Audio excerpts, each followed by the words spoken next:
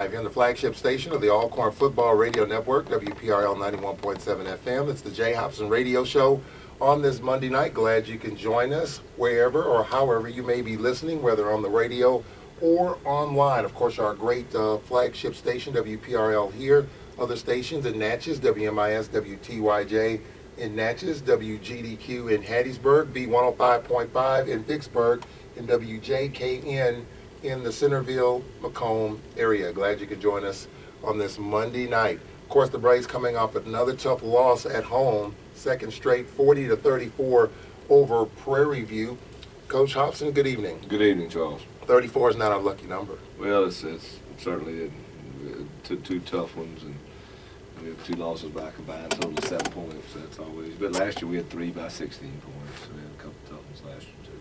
Well, we're going to take your phone call, 601-877-6595, 601-877-6595. Send us an email, football@alcorn.edu. We have an email to read, and of course, you can tweet a question, Tall Man Radio. Well, Coach, it was a tough first quarter, tough first half, but a great second half when we came up short. Yeah, just a lot of, we had some special teams mistakes, and that at the end of the day, that's probably the tail of the tape right there. 14 points on a couple of block punts, and then a big fumble inside the, 10-yard line or 15, somewhere down deep. And, basically, you can't gift wrap 21 points to a team as good as Prairie View. And that just is something you're not going to be able to do and get away with. All right, let's get right to the highlights. Prairie View won the toss, took the football at their own 25 after a touchback. Just underway, play action for Green, steps up, looks throw the long down the field, and this ball's caught. Hebert, 40, 30, inside the 30 to the 22-yard line, make it the 23-yard line, but 52-yard gain for Hebert. So, big play right off the bat. That kid has been a nightmare for 4 years. He's probably the guy that I'm glad to see graduate. Last year he scored about 6 touchdowns on us. This year he probably had 3 or 4.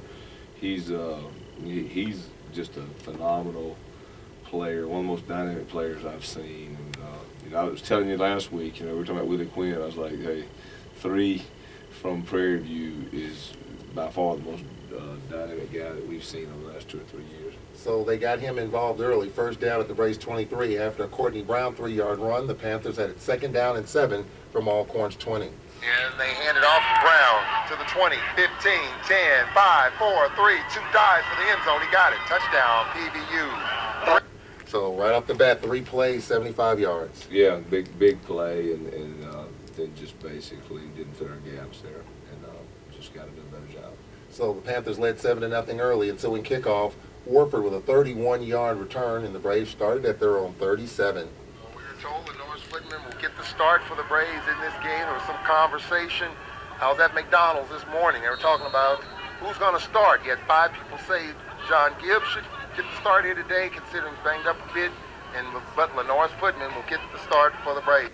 So talk about the process, the decision going with Norris. Well, Norris is, John will be back, but John still wasn't 100%, so no need to put John out there if he's not ready to roll at 100. But again, so we're going to Norris, and Norris played a good game.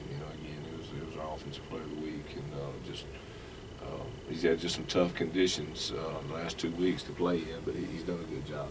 So the Braves on their first drive started at their own 37, called for a delay of game on the first play of the game, then went 3 and out, forcing a punt. Tommy Robbins back to receive this kick. Hayden brings it to his right. This kick is blocked. It's blocked. Panthers had it. Panthers lost it. Ball still squirting around. The Panthers get it again. It's going to be a touchdown. A touchdown for the Panthers. It was blocked. A couple of Panthers had it, lost it, finally recovered by Frederick Anderson, who's listed as a running back, the redshirt senior. So the Panthers with a touchdown on special teams, the block of Hayden McRaney, and not even 3 minutes and change in, Cedric Tillman, we're down 2 scores. Kind of reminds you of the Grambling game last year, bang, bang, right off the start. Again, our gunner was too far inside, and the guy covering our gunner actually was the guy that came. I don't believe he was even designed to come. I think what happened was our gunner just gave him such a tight split, it allowed him the ability you know, or even if it was, if we had been out wider, he never would have gotten there. But by tightening down, it gave him the ability to get in there and block the punt. So right off the bat, we were down 12-0. The Panthers called for a celebration penalty, and after a 20-yard Marvin Ashley kickoff return, the Braves started at their own 45 with 11:45 left in the first quarter. Then they picked up a first down, and they're faced with a 3rd down and 10. Whitman out of the shotgun, back to pass. Here comes the blitz. He throws the middle screen. Catch Ragsdale to the 50, 45. Ragsdale to the 40, and is flipped over for the first down. Tackle made by Arthur Locke, the cornerback. The middle screen. It's the Braves' first down of the game. So we pick up a first down. Fast forward the action as we had to punt right there after picking up that first down. So as we move along in the first 7-11 left in the first quarter, the Braves started at their own 27, picked up a first down, and they had a 3rd down and 13 from their own 37-yard line. Whitman out of the gun with 2 on the clock, back to pass. Steps up, gonna line this one long down the field, wide open. Wait, you had a receiver. Beals wide open at the 30-yard line, and Whitman overshot him. Would have been a touchdown. Yeah, it would have been a touchdown. We were wide open there, and just you know, we got to run basically just hit the corner ball there and stick it and execute. So now we were forced to punt. Hey, McGrady, this kick is blocked. It's gonna be a touchdown. Second block. Smokes. Hey, McGrady bobbled it. He caught it in his chest, and when he got it off, it was blocked. Recovered for the touchdown. Was it the same thing on that one? No, that was just actually a one-man rush, believe it or not, and just, you know, we've got to just have better execution there and get the ball off. We're putting to our left, and really we've got to punch that guy coming. You know, nobody else was coming, so again, you know, you expect it with 5, 6, 7, but when one man comes, you know what I'm saying, you got to take care of that, and we just didn't do a good job of protecting there and getting the ball off. So the next ASU drive started at the Panthers' 49-yard line. Whitman out of the shotgun, looking left all the way, throws a bullet, and this is a catch. Staying on his feet is Tip McKenzie. Tip McKenzie inside the 35 to the 34, a gain of 15. So it was first down as Tip McKenzie with a catch right there. First down and 10 from the Panthers' 34, and then after a loss of 2, and there was a 3rd down and a 3rd down and 12 coming up here. 3rd down and 11. High snap. Footman can run to the 30, 25, 20, 15, 10, 5. Footman's going to score! From 35 yards out on 3rd down and 11. And Lenoris Footman puts the Braves on the board. That is his 5th rushing touchdown in the last 5 quarters. So that made it 19-7 at the end of the first quarter, a wild one. Yeah, just really, you know, offensively and defensively, it was a war with just too many special teams mistakes, and you know, that's the difference in the score and the point total right there, 19-7. I thought, you know, I mean, that's certainly not the way you want to start a football game. All right, it's 11 minutes after the hour. Let's go to the phone lines. Keisha called in last week towards the end of the show, didn't get her on, so she's the first one on deck here this week. Good evening, Keisha. Hello. Hey, Keisha. Coach. Hey, Coach. Hey, Keisha. First, I need to go on record, Coach, saying, for me to rewind back to last week, that I think I'm 5-0 with the Southern Canes. Because every year you've been there, I've picked us to win, and we have. Okay. So I just want to go on record. We need to play that. Hey, we might have to go to Baton Rouge then every week. Second, of course, Saturday was a disappointment. I was there in the rain, but the way that the guys came back in the second half, They showed some fight. to me, it told the story exactly. They did fight back. Unfortunately, time ran out. Right. But that kind of gives us a good vibe to roll on into Saturday with. But I know I'm one that has faith that you and your staff will do what's necessary to clean up mistakes and you know, try to fix it, and we can kind of ride the rest of the season out on top. But either way, you know me. I'm with you, the staff, and more importantly, the team. I support you. Good luck on Saturday, and I actually will see you all on Friday. Well, thank you, Keisha. You know we love you here, and we appreciate your support. And we promise you this, we're going to be working as hard as we can to make sure we correct those mistakes. Well, I love you guys, too, and I look forward to seeing you this weekend. All right, Thanks, Keisha. We'll talk to you this weekend. Okay, bye-bye. All right, 13 minutes after 6 o'clock, we're going to take a timeout here. We'll look at the second quarter highlights.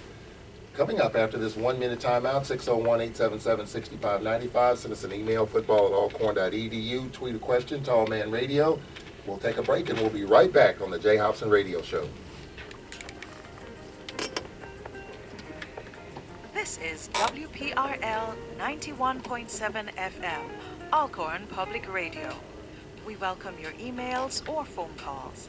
For the music director, jmiles@alcorn.edu, 601-877-6594. For Charles Edmond, Operations Manager, it's cedmond@alcorn.edu, 601-877-2480. And for Myrtle Hedrick, Traffic Director, it's myrtle@alcorn.edu, 601-877-6290. WPRL 91.7 FM, your university community-minded radio station.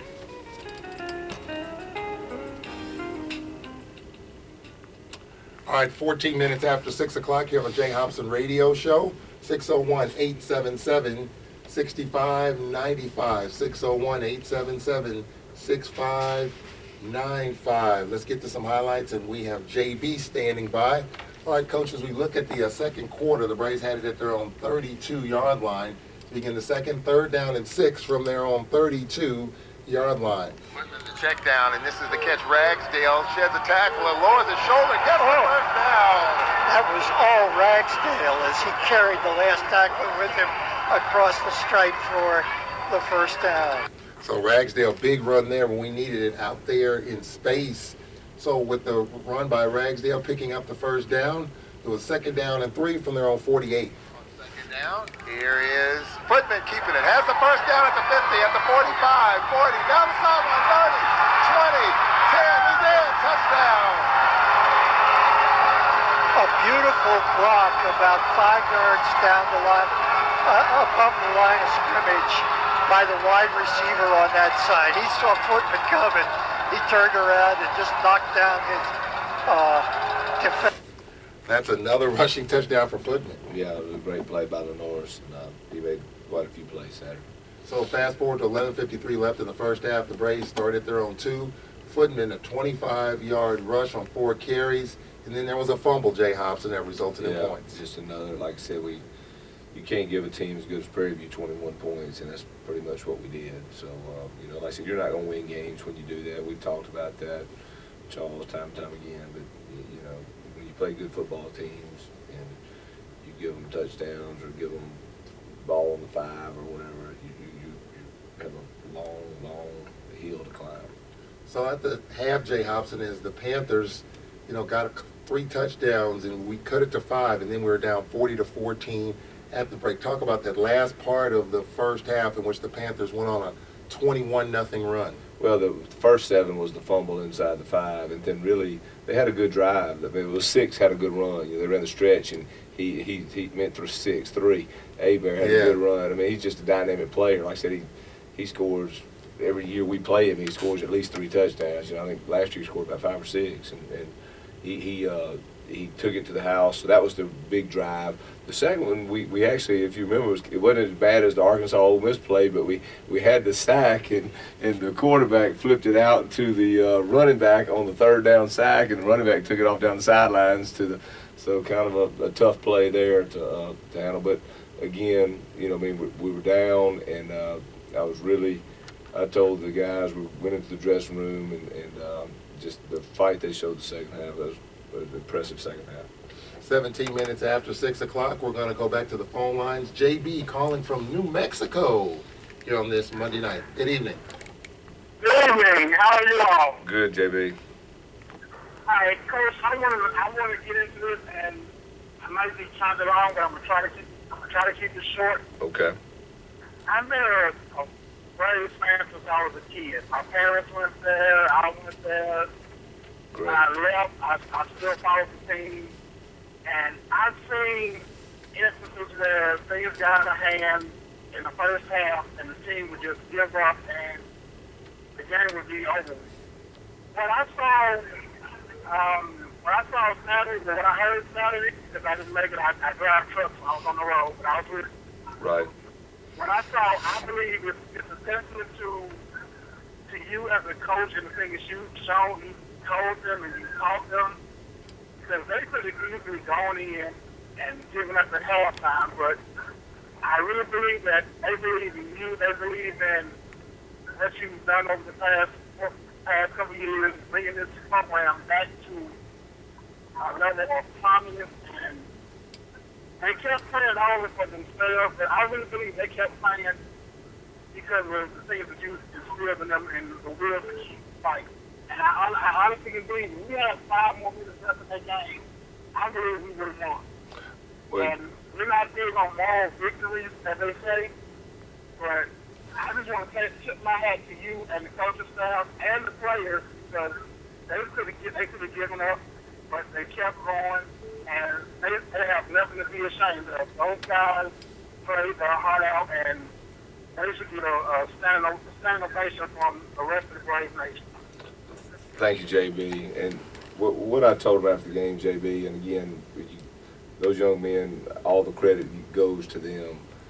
It was my proudest moment as the Alcorn football coach, just because they showed a fight, a resilience, and really kind of played a dominating second half. And that was something that, being down 40-14 and having a bunch of breaks go against you to come back and fight. And we gave ourselves a chance to win there with about 6-7 minutes to go and had the ball down 6.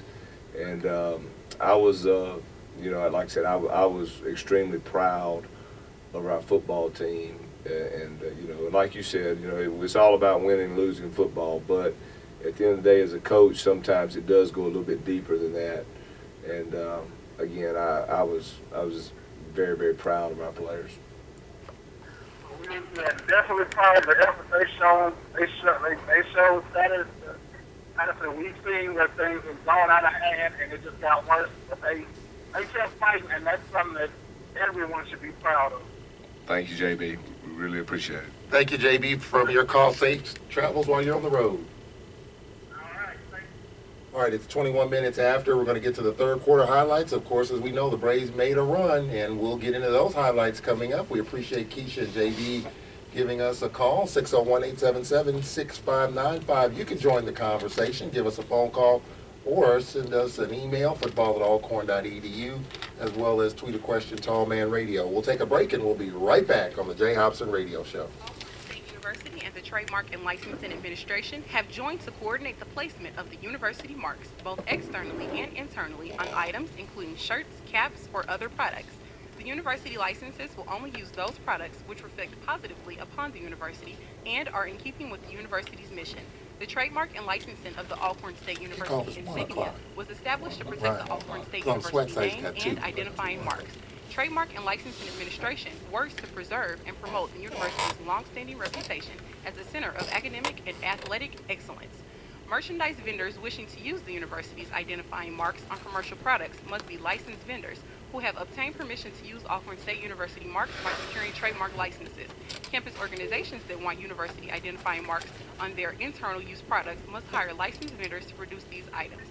To learn more about the licensing and trademark requirements, visit www.alcorn.edu/trademark and licensing administration.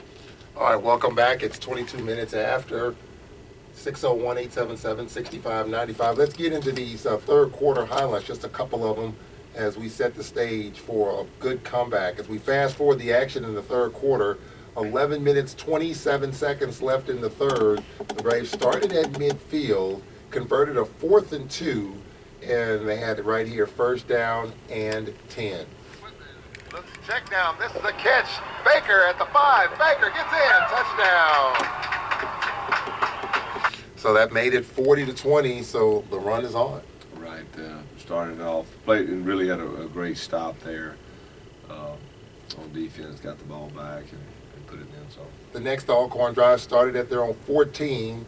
They got to their own 24, where it's first down and 10. Marvin Ashley in motion. Here's Aaron Baker, spins off a guy, and Baker, there he goes!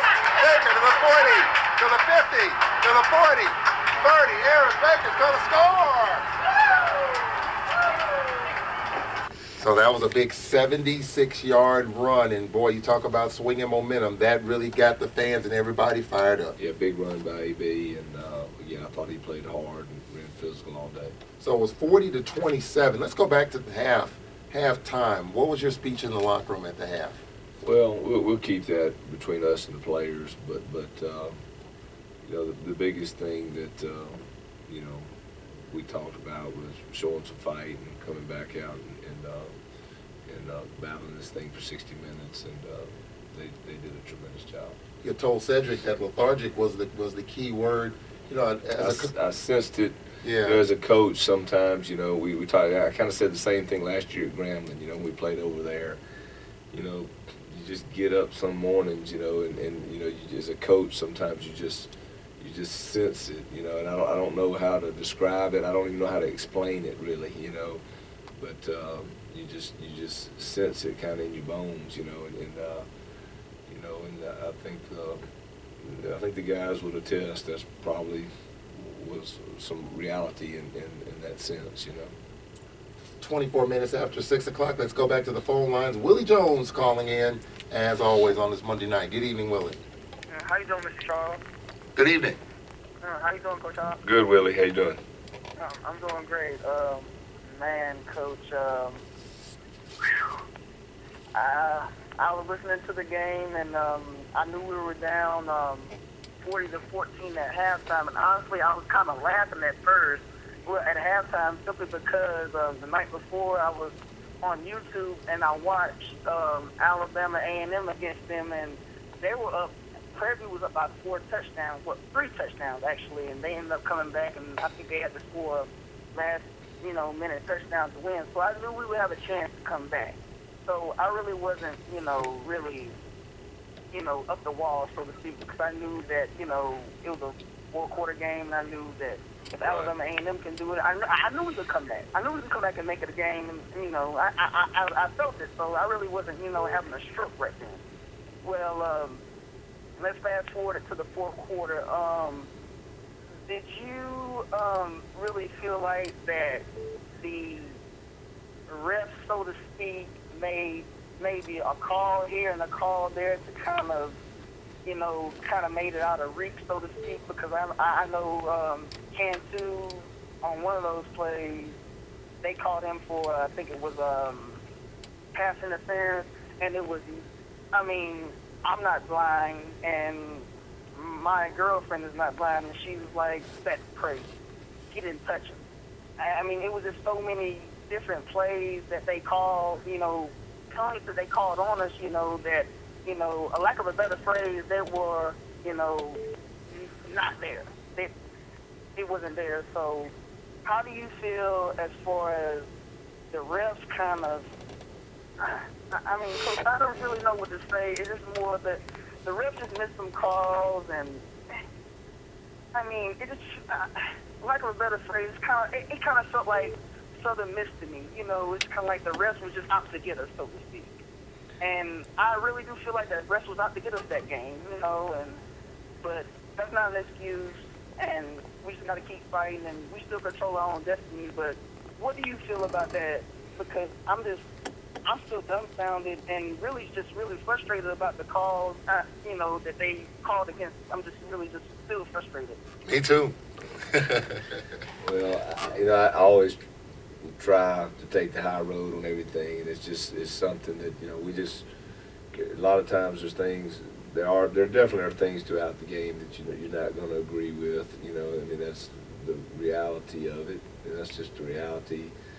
And there's a lot of coaches that will have that every Sunday morning, but we just have to just get back and get ready for the next one, and just play a game where that sometimes some of that stuff isn't even an issue.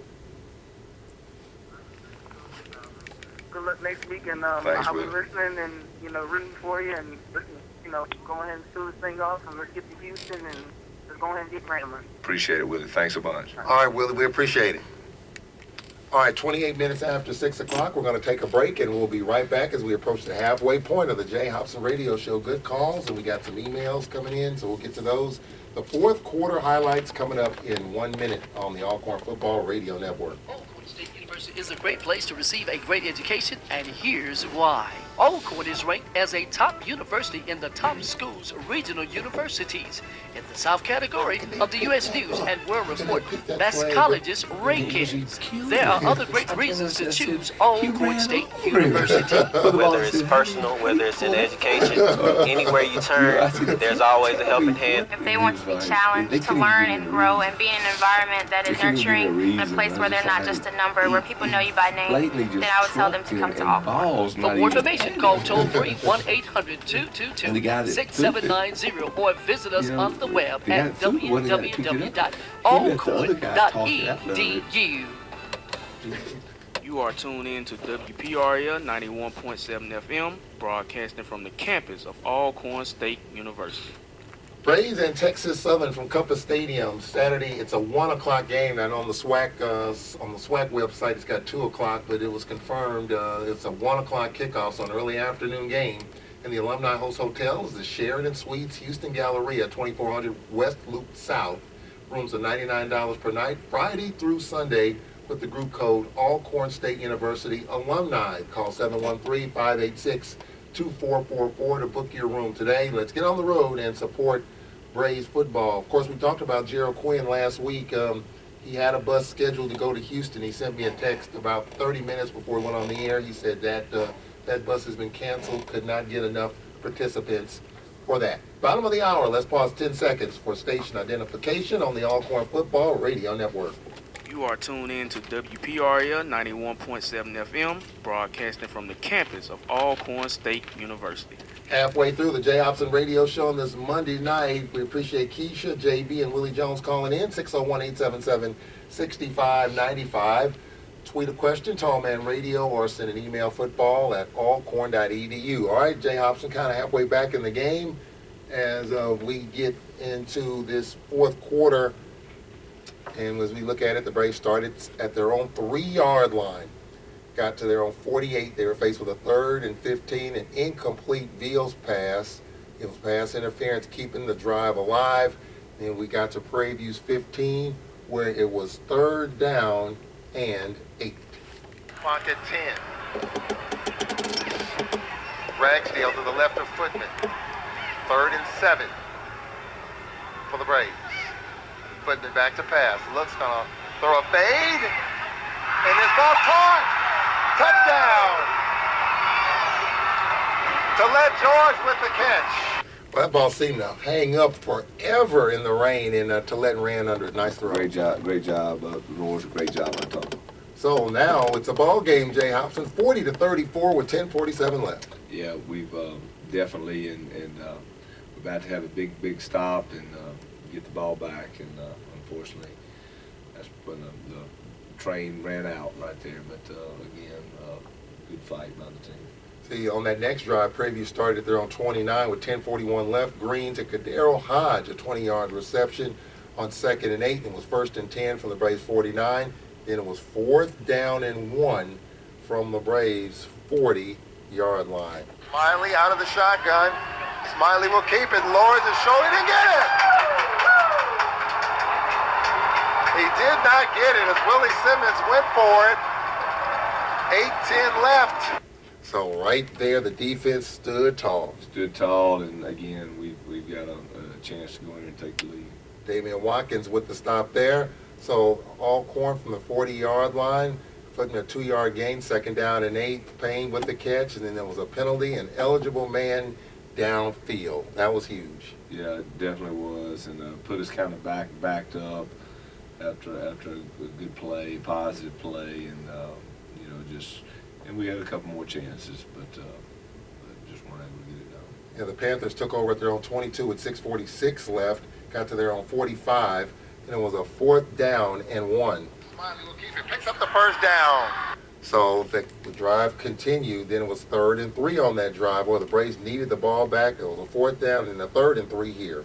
On 3rd down, here's a first down run, 30, 25, and sliding is Courtney Brown. So that keeps it alive. And then you took a timeout, final seconds, and on that 4th down play. The toughest one was on the 4th and 1. The first 4th and 1, we were going to call timeout. But if you remember earlier in the game, they finished 3rd down and had a fake punt where the receiver didn't come back. He just kind of went to the sideline, didn't come out. It was kind of like the old lonesome receiver trick. And but he didn't. I didn't think he came back in above the numbers. You know, he just walked over, and so I had to burn a timeout there on the lonesome receiver where I was about to call one on the 4th and 1 because at that time I could tell we were a little bit misaligned. And what happened was, but you only have 2 left, and so you're down about 4 minutes, and it's a 4th and an inch. So even if they get it, you don't want to burn that timeout, and now you're down to 1. So I saved it for the second series where we had them in 3rd and about 6 or 7, and we just didn't execute on the bubble right there, and they got the first down, and that pretty much ended the ball game. And then Smiley, the backup quarterback, he had a touchdown run out of the Wildcat. That's a big guy there. We've seen he's a big guy. Yeah, he started here. He played a bunch here 2 years ago. He's been a good player for him.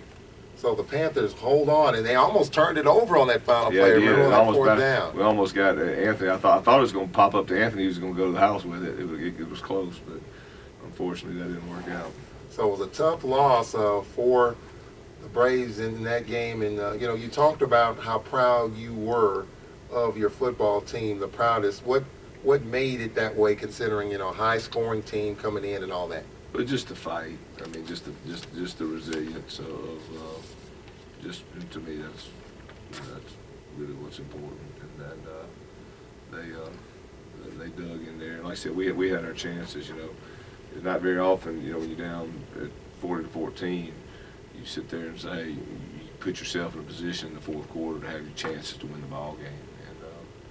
And that's a credit to the young men, a credit to their character, a credit to their fight, and we have to build on that. That's what we have to do, and get ready for Texas Southern. That's all that matters now. That game is done, but it's a game that I'll always remember. And there's not many losses that you'll ever really remember in a positive light, but that was one that'll stick with me for sure. 36 minutes after, let's go to the phone lines. Kelsey joining us in Baton Rouge. Is it Kelly or is it Kelsey? It's Chelsea. Kelsey, okay. Good evening, Kelsey. Welcome. Good evening, and thank you. I won't prolong your time. I have a few questions for you. Okay. First question. You mentioned, Coach, that John Gibbs will possibly be back this season. When Gibbs comes back, will we use a 2-quarterback system? We're just going to see how, we're kind of a team that we're going to see how we're doing in that week and what we need to do on our opponents. But again, we'll cross that bridge when we get to it. Right now, we're not there yet, so we'll decide. I said it earlier, we're blessed to have 2 extremely gifted and talented quarterbacks, and John's been our starter for 4 years, and Norris has come in and done a great job. So we'll cross that bridge and we'll sit down with both quarterbacks, Coach Kais, myself, and we'll decide that. But we're not going to speculate anything until that opportunity or situation arises. Okay. Second question. Does McCraney have a backup? And how are we working towards correcting the pointing game to try and reduce those points getting blocked when it comes to crucial games and big games like this? I remember last year Southern University blocked several of our points, and what are we doing to try and work on correcting those points getting blocked? We're going to be practicing every day, and we do practice every day at it. Basically, we do. He does have a backup, Ramon Atkins, but we're going out every day. We practice our punt team every day of the week, and we'll practice it even harder this week. But again, and some things aren't always the punter's fault. We shortened our Viper, our gunner, the guy we have on the edge, shortened the edge, and But there's things that we have to correct on our punt team. Obviously, you know, that's no big surprise after yesterday. But we had done a pretty good job. And like last year, we'd done a good job for 12 weeks up until the championship game, and we did a good job up until game 8 this week. But certainly, like this was kind of you know, it was kind of deja vu with the championship game. Two punts blocked for touchdowns, you know, and so it's something that we can't have, and we're going to spend extra time this week working on it, and you know, that's what we have to do. We have to get better there and make sure it doesn't happen again. Okay. 2 other quick questions. Number 69, Sam Scott. I don't see much of him on the field this season. What's going on as far as Sam Scott is concerned? With John, he actually had a shoulder surgery in August, which is really, you know, this is his 5th year. So ideally, we wish we could have redshirted him, but we can't because he's already used his red shirt. So he had a shoulder surgery late this summer, and he probably didn't get back really fully healthy till about mid-September, late September. You know, what sometimes happens is, you know, that guy that's gone through 2 days, and I think it was a Tutu that's at the guard right now, and you know, they kind of built that chemistry through the August 2 days and the first 2 or 3 weeks of the season. So, but one thing about him, we call him Milk. Jonathan's one of my favorite guys, love him to death. But he's been such a positive leader, and been just such a, not only a great football player here, but he's just been a joy to coach, and he is a guy that you know, I mean, comes out every day, works hard, does the little things right, and you know, he's just probably now not even quite 100% if he was honest, but he's getting there. But you know, he's lost a lot of strength in that shoulder through the shoulder surgery. Yeah, I personally know Jonathan, and I must say that he's a very sweet, well-mannered young man. He is. His family's done a tremendous job with him, and yes, they have. definitely love him to death. And you know, we didn't even know at first in August if he was going to even play this year because of the surgery happening at such a late time. But he's such a team guy, and Jonathan's one of those guys that you know is an Alcornite for life, and he's doing whatever he can to help the football team, and we really appreciate his attitude. All right, Kelsey. Okay, my last quick question. Aaron Baker, he seems to be our huge playmaker, our go-to guy. Why don't we utilize him a little more? Well, Aaron had some touches. We've got Ragsdale and Aaron, and those 2 guys. Really, if you look at it, sometimes in our backfield, those 2 guys are utilized. You know, they're mainly our 1-2 backs. Joe gets in some, Price, and gets some carries at the 3 back. But you know, those are the 2 guys touching the ball in the backfield. You know, there's nobody else. Rags is our starter, but Aaron is a guy that comes in and makes the hard yards and makes big plays too. And Rags has made some big plays also. So, you know, a lot of times those plays are called, and you're not really concerned who's got the ball, and whether it's Ragsdale or Baker, we got 100% confidence in both of them. Right. And I want to commend on a good season thus far, and let's continue to work hard and get to Houston and bring the championship home again. Thank you so much. Thank you, Kelsey. We appreciate it. All right, we'll take a time out here, 41 minutes after. She has some questions for us, and we'll get to an email question. Final stats from the game on Saturday. SWAC report, big upset in the conference this past weekend. Look ahead to this weekend's action. We'll take a break, 41 minutes after 6 o'clock. We'll be right back on the Jay Hopson Radio Show. WPRL 91.7 FM has always tried to stay one step ahead of the curve.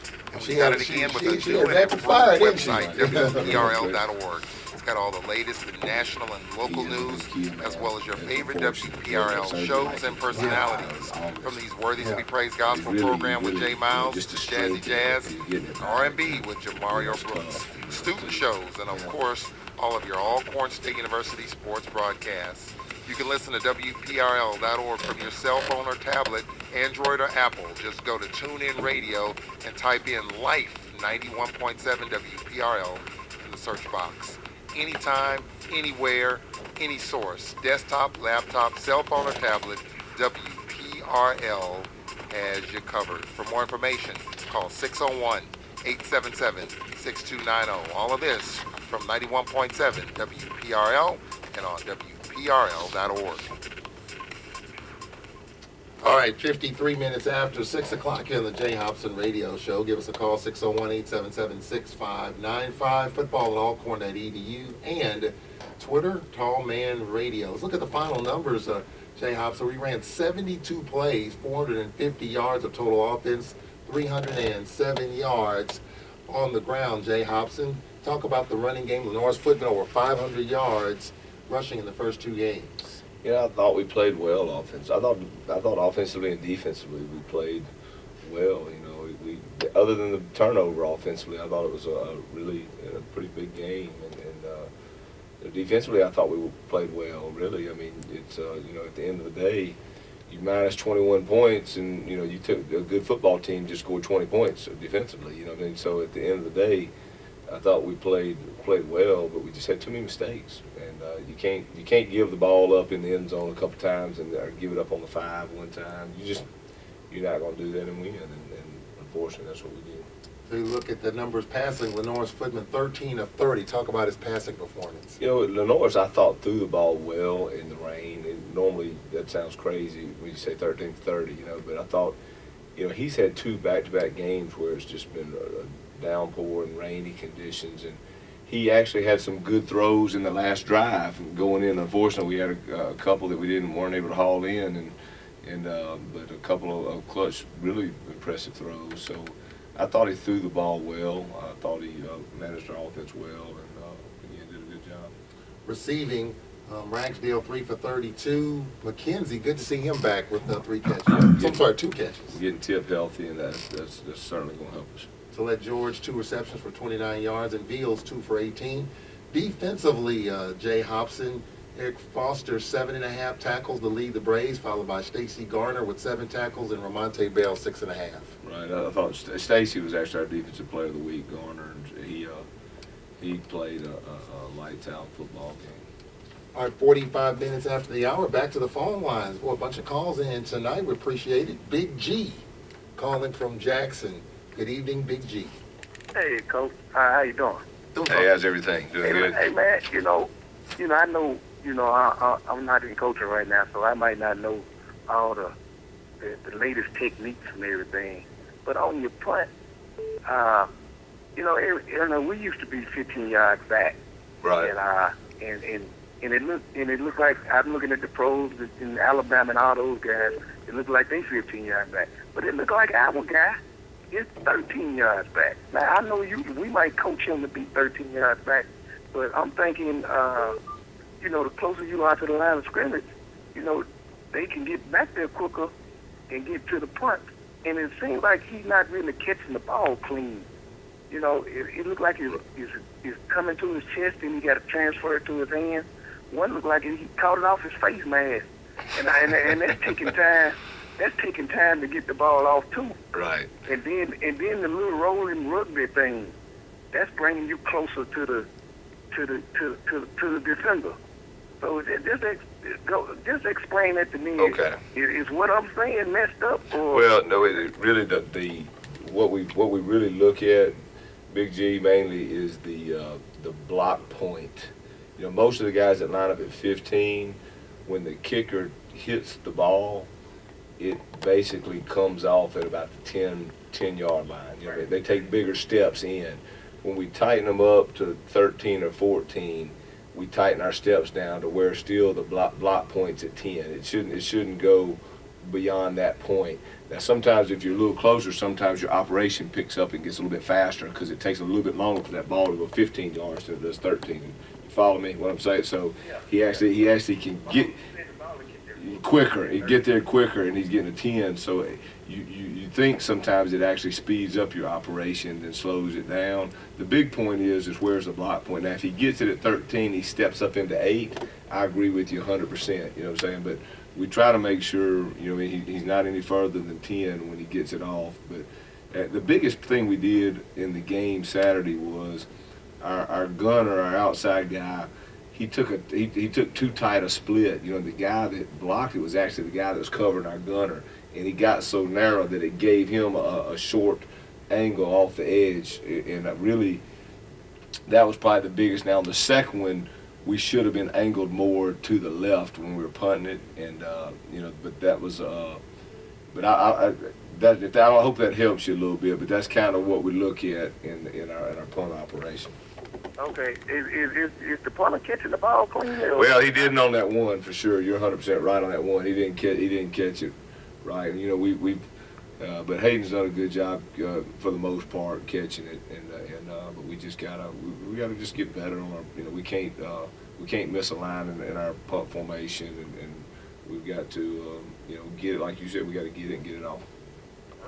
Okay, appreciate it, Coach. Okay, thanks, Big G. All right, Big G, appreciate it. Calling from Jackson, and an email question from Andre. You already answered the question, Coach, about the 2 block punts. He also emailed a question. Charles Hughes was one of the most dependable and productive receivers last season. This season, it seems like he's not involved in the game plan. You know, Charles has caught up a few balls for us. He did catch more last year, and I kind of, you know, and Fred knows I kind of agree with Andre on that. I'd like to see Charles get that ball in his hand, and you know, he is a playmaker, and certainly you know, he's a guy that I want to see touch the ball more, and I think he can help us. And but I agree with Andre. All right, 49 minutes after, Coach. Of course, I had a list of questions, and some of our callers have asked some of those questions. The one that the delay of game on the first play of the game. You know, and we had that against Georgia Tech, unfortunately, against Grambling. The first play of the game, how is that something we definitely, you know, how do you try to clean that? Well, you just got to get out there quicker. You know, what happens is everybody gets excited. First play, we huddle up on the side, and what they do, there's official spot the ball now. You know, so all of a sudden that 25-second clock starts running. We just got to get out there, and we got to get lined up quicker. All right, 50 minutes after, we'll take a timeout, and we'll look at the SWAC report, and we'll look ahead to Texas Southern. We'll be back in 1 minute here on the Jay Hopson Radio Show. Get ready, ASU and surrounding areas, as the Alcorn State University Extension Program hosts the Extension This Week radio show. Extension This Week will offer weekly highlights of Extension's current and future programs, events, and activities. It will also offer important information in areas such as community gardening, health and fitness, and community resource development. We will air live from the reservation every Tuesday at 1:30 p.m., hosted by 4-H youth specialist Ms. Manola Irving. So tune into WPRL 91.7 FM Alcorn Public Radio, or you can also listen on the web at www.wprl.org.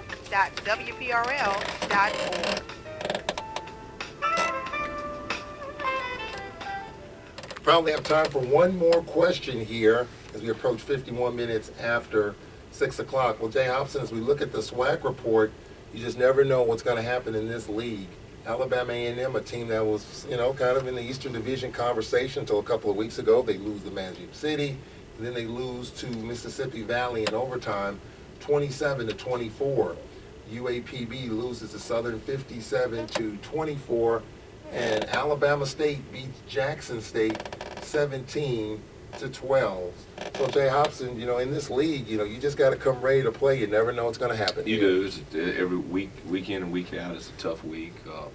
We knew we were on a tough, you know, coming out of our first bye week. We knew the stretch with Grambling, Southern, and Prairie View was, and it's proven to be. I mean, and now all 3 teams are still excellent football teams, and you know, we came out of that and we lost one by 1 and another one by 6, and we were able to have a big win down at Baton Rouge. But it was, you know, it's one of those deals that we knew that was a tough stretch. Those teams are good football teams, but again, you know, we certainly feel like we let a couple slip away.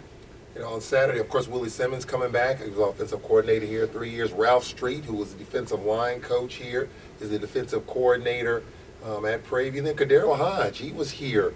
Talk about that process there with Kadero. Well, I mean, Kadero actually was a young man that, again, kind of like with agreeing with Andre, I wanted to see get the ball, you know, a little bit more and play him that first year. But at that time, offensively, I think Willie felt like it wasn't in the best interest. So Kadero didn't play as a freshman, and he wound up going to Hines, and then they actually signed him out of Hines.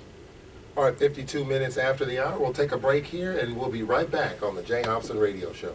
If you're a business owner and are looking to promote your product, Look no further than to Alcorn State University Athletics Marketing and Advertising. A great way to get the word out. Whether it's on pocket schedule cards, whether it's radio advertising on the Alcorn Sports Radio Network, whether it's online, whether it's website advertising on alcornsports.com, signage at the various athletic venues, as well as game sponsorship opportunities.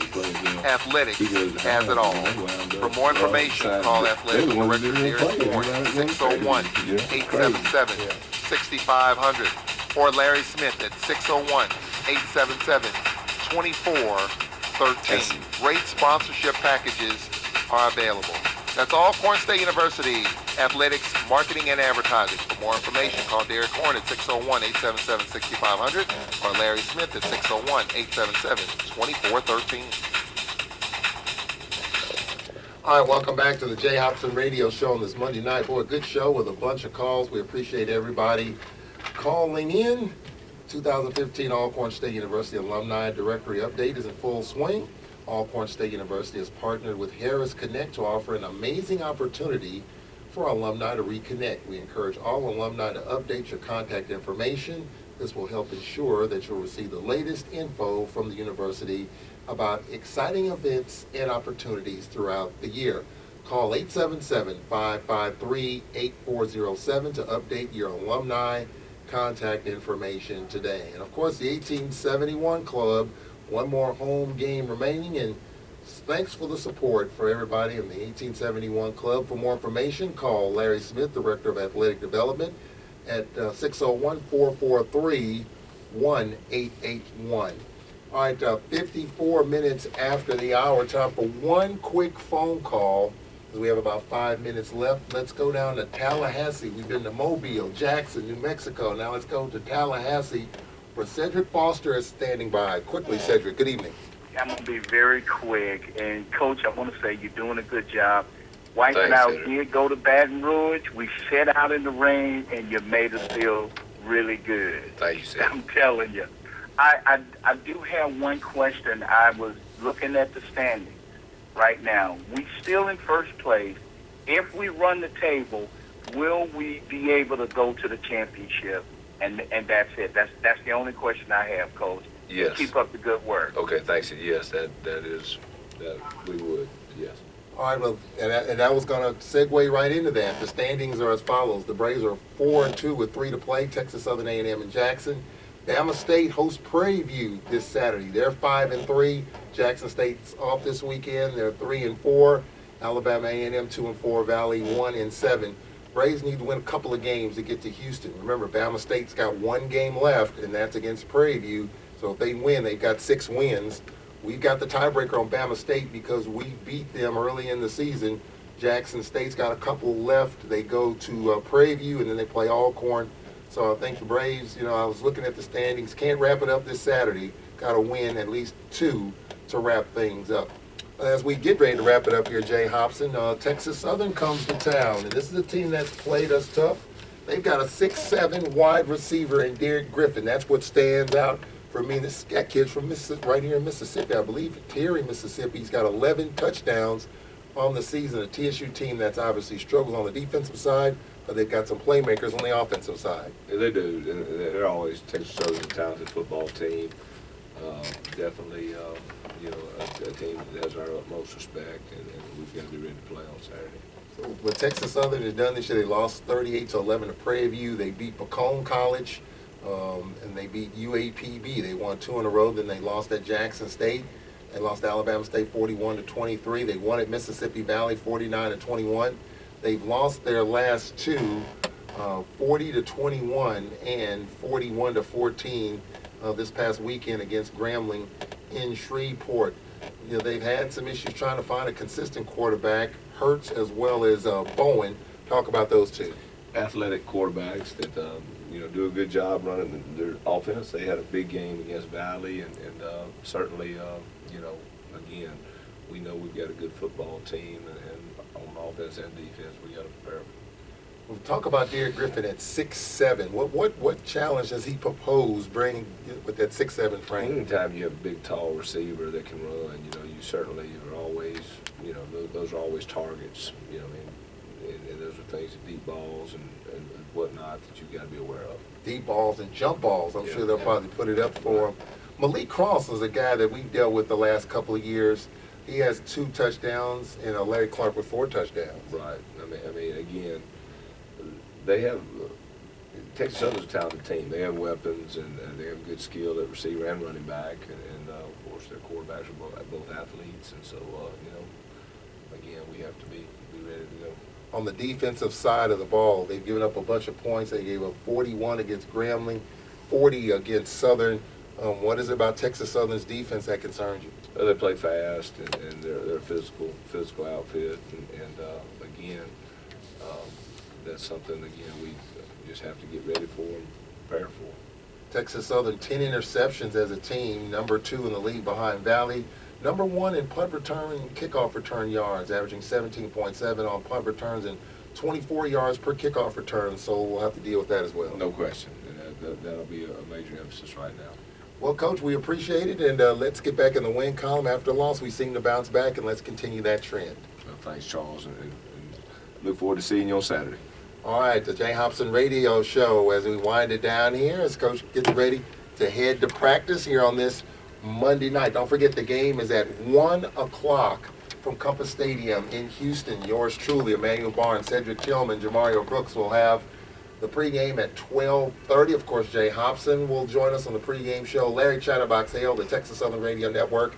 And on At the Half, we're going to hear from Luana Grinnell Ware coming up at halftime as well. Tony Pecoraro will also join us on the halftime show. We appreciate all the calls from Big G, Cedric Foster, as well as Kelsey from Baton Rouge, JB in New Mexico, Willie Jones and Keisha. Thank one and all here on this Monday night. Good show. Hopefully a better show with a Braves win. Can't wrap up the division on Saturday, but we'll be one step closer. That'll do it from the Jay Hopson Radio Show. I'm Charles Edmond. Enjoy your week. It's going to be chilly in Houston. So long.